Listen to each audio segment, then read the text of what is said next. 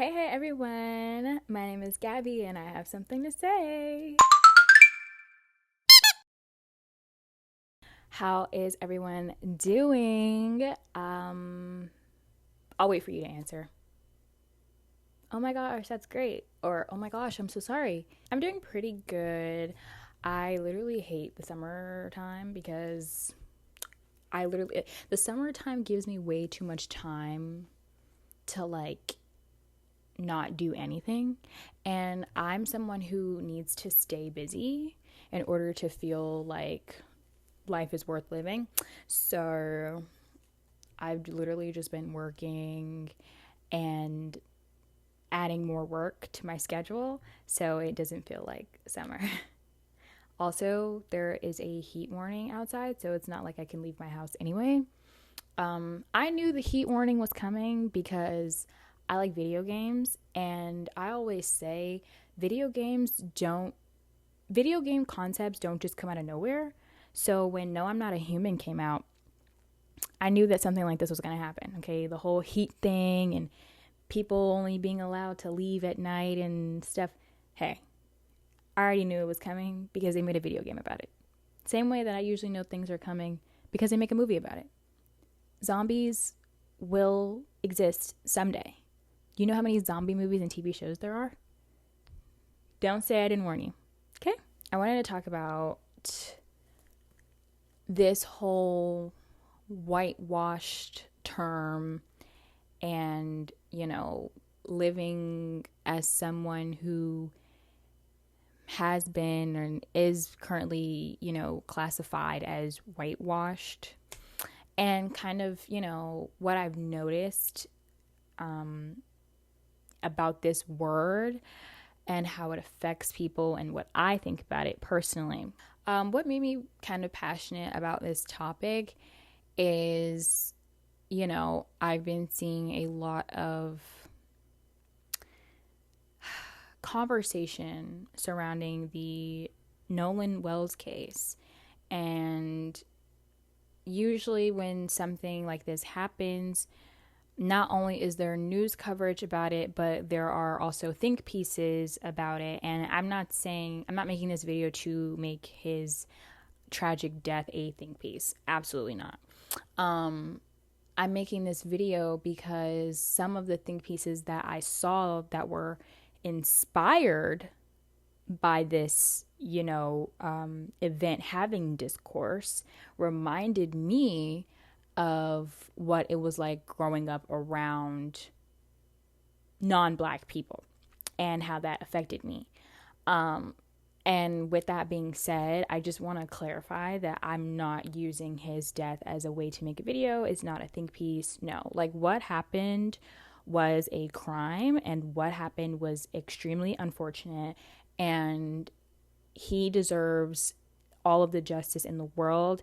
And we already know how it comes to Black people and cases like this, they're usually either dismissed or minimized in order to make other audiences, more comfortable. But this is something that, we have to deal with all the time. And he is not the only person who has died because of racial circumstances. The fact that, this is a lot of our reality is not something that is easy. Just because you see it on the news or you hear people talking about it doesn't mean that it's easy to bring up, and that does not mean that it's easy to talk about. It's not. And we as Black people, we have to live in a society that does not consider us worthy of justice or coverage, because that is the foundation that this country was built off of. So diving right into it, right? A lot of you, or some of you probably don't know this, but I grew up in Tennessee for a little bit, and I, know what it's like to be around people that are not Black. There was a point in my life where I did not have many Black friends, and I was heavily influenced by my white peers. And in turn, this also made me conscious about the way I looked, because I felt like, I had to be a certain type of black girl in order to be accepted, or I felt like I wasn't, pretty enough because I did not look like the people that I was friends with. And it had nothing to do with the people that I was friends with. I'm not saying like they ever put me down or anything, but when you're a girl and like you're hanging out with your friends and like you guys start liking boys and all the boys like your friends and not you, and you're just like, why is no one talking to me? And it's just because you're not their type. So immediately though, when I did start, getting around people who look like me, the most common phrase, black people like to joke. I feel like a lot of people feel like black people, we are very comical people, okay? We have a history of taking really bad situations and coping through humor, or if there's something that we don't understand, we find a way to make jokes through it. My family is from Chicago, so being around my family, it's always like there's always a joke for something, right? And basically the mentality that they have is, if you can't handle it here, you can't handle it out there. So I'm not gonna act like I was just letting people say whatever to me, okay? But at the same time, I'm not gonna act like I wasn't affected by what was being said to me, because I was younger then. I say that to say I grew up being called whitewashed and oreo, all of that ignorant jugular, okay? Like even today, like I'll talk to somebody and they'll be like, oh, you're white. Oh, you're whitewashed, blah, blah, blah. Like, how many times like people have called me white in college? Mind you, I go to an HBCU. So usually you would think that, we'd be a little more well-versed when it comes to the words we use with one another. I'm telling you, even in higher education spaces, there are still going to be ignorant people. I've had people in college call me white because I tell them that I listen to Taylor Swift. I've had people call me whitewashed because there are just certain things that I just don't know about. It literally goes in one ear and out the other, because if you can look at me and be like, oh, you're white, you're white, and I'm clearly not white, I really just think you're slow. So that's just kind of how I was hearing that when it came to me. I just didn't care. Like, mind you, I grew up liking K-pop as well and like anime, so people were like always in my face, like trying to tell me who I was or who I wanted to be. Like, just because I like K-pop means I want to be Asian, apparently. Just because I like Charlie XCX means that I want to be white. Okay, whatever. I don't care. However, what I've noticed about a lot of black people who get called whitewash, not a lot, but there is a certain demographic of black people who grow up being called Oreos and whitewashed, who take that anger and they turn it into detesting the black community. And I've never understood that. They'll make it the black community's problem that ignorant people made an effort to call them white. So it's like, to them, it's like, oh, you call me white? Well, I'm just going to go over here with the white people then, since black people don't want me to be in their community. And it's like, okay. Like, I've never, and I mean this in the nicest way possible, even when people that looked like me were saying that I wasn't black because of what I liked or how I talked, it never once changed my perception on the black community. If you are constantly around black people who make you feel like you are not a part of the black community because of your interests or because of how you grew up, that just means you need to be around different types of black people. That does not mean that you get a ticket out of the black community because the black people didn't accept you.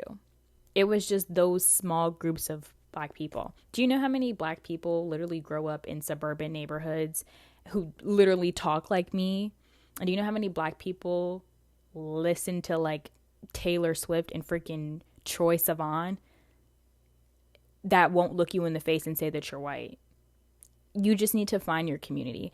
And it always bothered me that was, you know, some people's excuse to kind of separate themselves from the black community. After a certain age, I believe that it does become your responsibility to change your mindset surrounding what you've been through.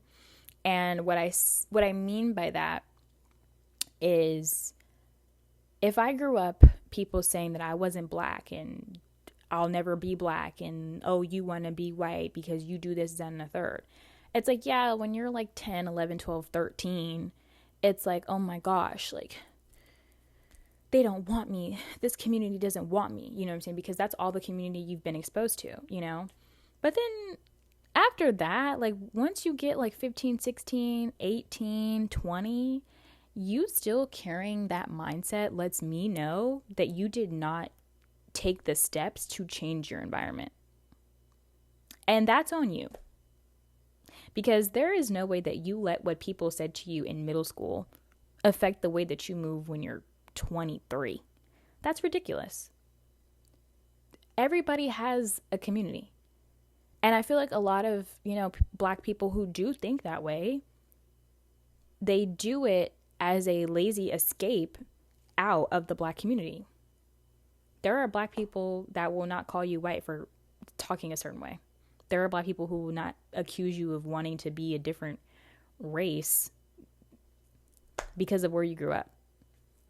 You just haven't made an effort to find them. You can criticize the way people treated you without categorizing blackness as the entire problem. I feel as though a lot of people who have taken this route as to excommunicating themselves from the black community because of a few people who may have, you know, made them feel like they didn't belong. I feel like they take that route because they believe that if they integrate themselves into whiteness, that they will be excluded from their blackness when it comes to the way society views them. I recognize that they do it because what they're ultimately afraid of is not being eliminated from the black community, but they're afraid of the reality of racism, which is understandable because racism is extremely traumatic. It is extremely traumatic to have to grow up knowing that you may be killed or falsely convicted or stereotyped or harassed because of the color of your skin, something that you genuinely had no control over. That is extremely traumatic. There are 5-year-old boys right now getting talked to by their parents because at a young age they're taught like the world doesn't see you as a little kid, like the world sees you as a threat. That is extremely traumatic. And it makes sense. I'm not saying this as someone, you know, who doesn't understand why some of my black peers take this route. You know what I'm saying? I'm not saying that I don't understand where it's coming from. But I'm saying that whatever you think it's doing, it's not doing that.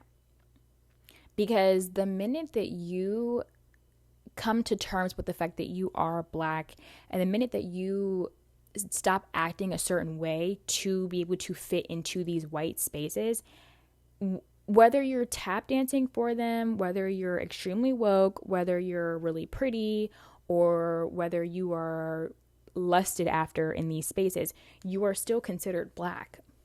They still see you as what you are. Like when people say, I don't care if you're blue, if you're purple, if you're pink. It's like, well, you have to care. Because if you don't care, you'll be a part of the problem.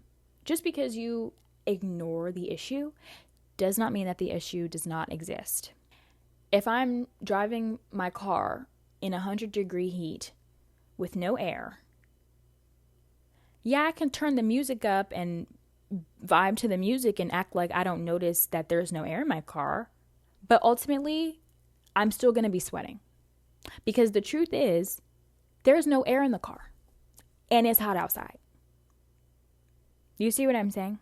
But what a lot of people don't understand is there is no proper way to be Black. At my school, one of the reasons why I love going to a HBCU, there are so many types of Black people. I can walk outside of my dorm and see an alternative Black person on a skateboard, a baddie archetype girl with a Body by Raven Tracy set on, and a bust down. I can see a queer Black man with bows in his hair and piercings in his face. I can see a thick Black girl with a freaking strawberry dress on and a crochet purse. There is no one way to be Black. You just have to be. And if you are in a space that makes you feel like you are not enough as you are in ignorant spaces.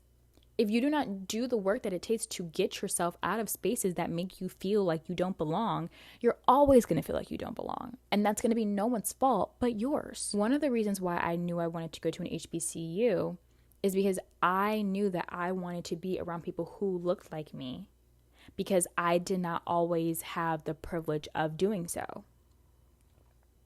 And as I said before, some of these people looked me in the face and said that I was white. Some of these people looked me in the face and said that I was whitewashed. Okay. And then there's a whole other section of people who are just like, oh, hey, Gabby. Oh, that's just Gabby. You know what I'm saying? Like, if you are not in spaces where people make you feel included, you are in the wrong space. If you choose to stay in those spaces, I'm going to assume that you like being in those spaces. The people around you may have misunderstood you, but that does not mean that the entire Black community has rejected you. I'm so tired of people blaming others for the fact that they don't want to get up and change their environment. It's not our fault. And like I said, I'm not saying this as someone who does not understand. I understand, but I don't relate. Because instead of taking that pain and making it everyone's problem, I decided to take that pain and make something great out of it. I invest in my community. I'm very active in my community. I'm very outspoken about the changes that I want to see in my community. And it's never too late to change that. You just have to want to do it. Or you can remain comfortable in a space where you think people accept you, where you're being tolerated because you're one of the good ones. Not saying that these people couldn't actually genuinely like you. I have white friends, I have Hispanic friends, Latina friends, okay? And I love them. I'm also not, they also know the type of person that I am. And I'm not sitting up here trying to be one of the good ones for their approval. You just exist. And if people want to stick around, they stick around. And if they don't, find new people to be around. The world is so big. And if you feel like this is all that is for you, you need to expand your mindset. And stop limiting your beliefs to the opinions of a couple people. That's all I have for tonight. I do need to get to bed because I have to be up in literally less than 6 hours. But I did want to come on here and, share what I think. Obviously, if you have feedback, if you have anything you want to say, please leave it in the comments respectfully. I don't want this to be a place where there's a lot of, negative energy. I want it to be conversational. I want to hear your opinions and what you think and what you've experienced. I've never claimed to know everything.